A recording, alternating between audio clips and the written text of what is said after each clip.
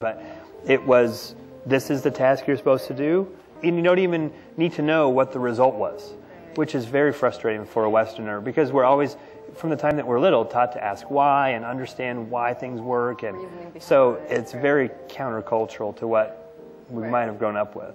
Do you have any tips and tricks for them to help them get the... What am I doing wrong? Or maybe they're doing it too much. You know what, one word that I learned more for all my years in China is passive aggressiveness. Oh, yeah. Yeah. Is that your suggestion? You need to be more passive aggressive. Maybe. I mean, it was really talking about adjustment, right? If you disagree with a Chinese boss and you take it up to him or her and say, no, I'm not going to do it because of 1, 2, 3, 4. 9 out of 10 times, you're going to end up, you know, sort of not in a great position. Tripping the passive-aggressive wires. If you just say, yes, I'll do it, and you do it with such a cheerful acceptance, but not actually do it, you don't get in so much trouble. Do you notice that? I haven't tried that. I want to try and learn something. Don't let your boss see that. Speaking of that, maybe another question is, for example, you two experiences. How have you tried to please your Chinese boss? In my company, where the one that I've been talking about, I was the only foreigner of maybe a couple of thousand Chinese employees. Wow. Right. And my boss loved it when I made him look good.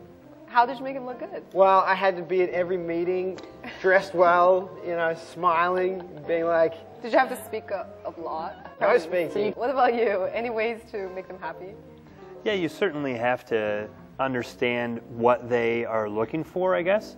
And one thing that surprised me is where we're very direct in the U.S. It's very like, I would like this, especially when it comes to work.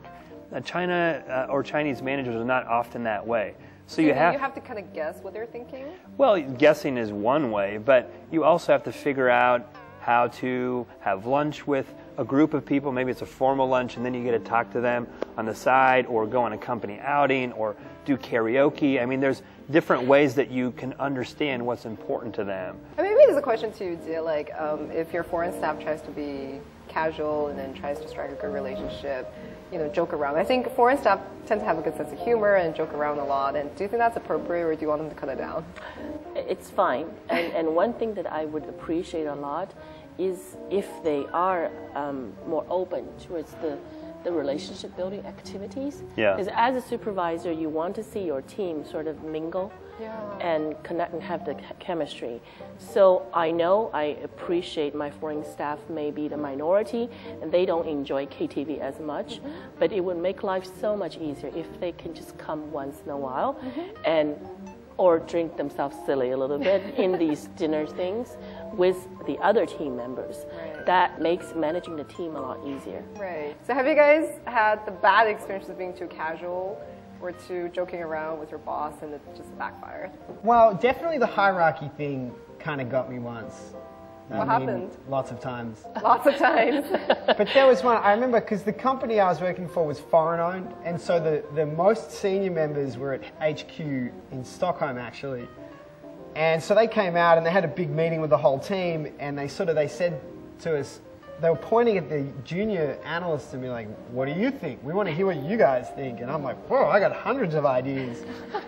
And then we had a coffee break, and my colleague's like, you shouldn't be answering Your Chinese questions. colleagues? Yeah, like, you don't answer those questions. I'm like, They asked I was asked. they're like, no, the boss said stop answering those questions. I'm like, oh, okay. So the boss didn't tell you directly? No, he didn't tell me. He got my colleagues to tell me. It was like, oh, so he didn't even tell you directly with that feedback? No. She was sort of like, oh, maybe you shouldn't. And I was like, no, I think I should. She's like, don't.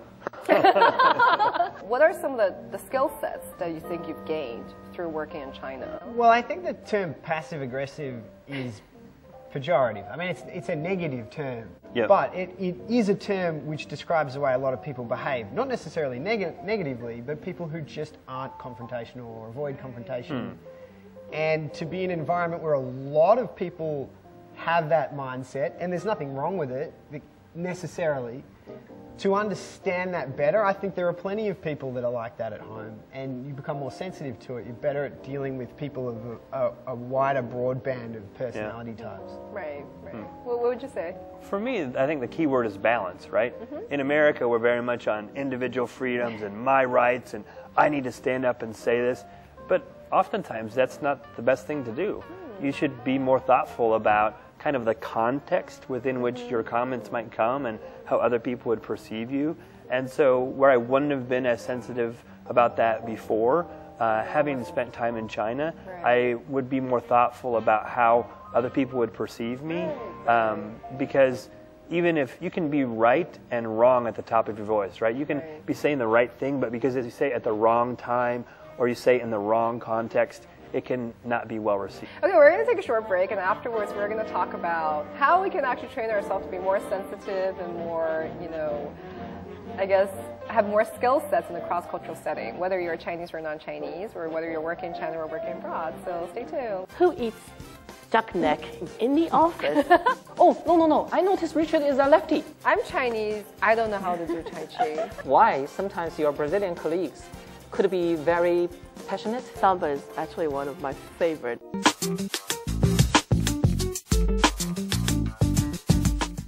Welcome back to Culture Matters.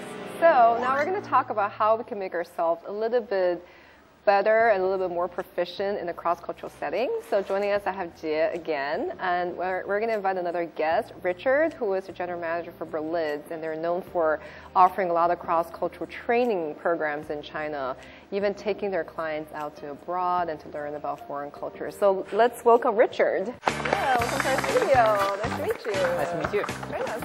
Before becoming a general manager at Berlitz China, Richard Yuan worked in various countries. One of his company's aims is to train leaders from all over the world to work with staff from different cultures. How much of a cross-cultural experience do you think you've had? What's your kind of experience? Well, actually, I have been working in different countries. I have been working in the US and lived there for 7 years before I come back to China. Right now, at the Berlitz in China, we have, I think, 165 employees, full-time employees, come from more than a dozen countries, I would say. A dozen countries. Indeed. Wow. So I'm wondering, you know, this cross-cultural training thing, I mean, I guess, do you offer that for your company? Is there an HR program on that? Internally, we do actually have a program, and that's designed for people who are to be sent overseas. Okay. So there is a cultural assessment, Right. and then helping them learn the other countries. So I'm sure that our expat employees, before they come to China, similar things will be offered, but a lot of them have already done some sort of learning themselves as well. Do you know the content of the program? What kind of classes or courses? I only know briefly about it. Was asking you to fill out a questionnaire about more how you deal with people in whatever situation, just like the quiz that we just had here. Right. And then based on that score sheet to see, okay, you are this type of person, and it comes out, say, to be, you know, passive-aggressive. It's one of those. We're very direct. So we're non-direct. you may be a very indirect kind of person. If you are sent to U.S., how some of the possible difficulties you might encounter. Right. I think actually is after you do the questionnaire, they come with the assessment, and there are then some training sessions. Sounds similar. I don't know how you guys run these So programs. typical and international assignment program. Yeah. But I'm curious, so like these assessments, whether online or not, are these real life cases that's based on real life stories? And Indeed, typically they would.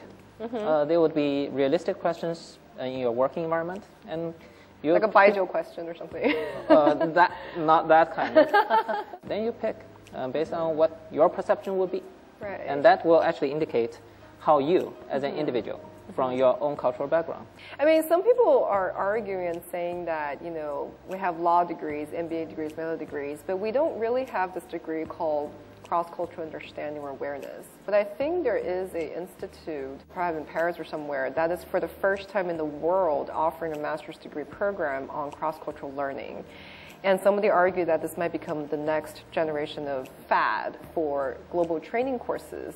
What do you think about that? I think cross-cultural understanding is essential, but I'm not sure what a degree can teach you. I can tell you everything about Chinese culture and how we deal with confrontation, how we deal with differences, how we pay attention to the boss's face. I can tell you all in a course and give you a book, but how you do it still comes from living there, observing other people's behavior, Right. and reading from their reaction to really know. I'm skeptical on in So terms the theoretical of degree. versus like Yeah. the practical. Yeah. Like, did you guys receive any cross-culture training lessons before you went abroad? We Did didn't. You? No. You didn't, did you? No. So, I so a didn't. lot of it's just like picking up along the way, and then. Right. Picking it up by your own mistakes. Any major mistake stories for you, Richard? Well, I had some. Actually, it was a year back when I was working for my past employer. I was helping the company to launch its operation in India. In one night, we go out to a traditional Indian restaurant with all the staffs that we hired there. In India, that you eat with hand. However, in Indian culture, you are only supposed to eat food with your right hand. If you use the left hand, it will be a social taboo. So I started eating with my right hand. Somehow I learned that, and I remembered in the first place. But as we getting high into the middle of the dinner, I forgot about it. Review drinks. Yes, and then I used my left hand to pick up the food and come close to my mouth. And I noticed that someone there has a special glance at me. Interestingly, when you made such a mistake, your staff start to persuade themselves. Okay? It is okay. Then she said, "Oh, no, I noticed Richard is a lefty." Are you? No. Of course not, but in a way that they try to convince themselves so that they can excuse me. For the rest of the night, I have to pretend to be a lefty. Oh. It's hard, trust me. So what exactly, how do you actually teach? I mean, you know, I think Jia mentioned about there's the theoretical thing versus the practical thing, but you guys are running training courses like that. How do you actually help people to gain, at least the knowledge side? One way, as we said, you actually want to learn a culture. Of course, we read books, okay? But I would strongly suggest not to completely rely on the books for cultural learning, for a very simple reason. Many of these books have a tendency of generalization of different cultures. Thus, may lead you to stereotyping again. If you really want to learn a culture, experience it.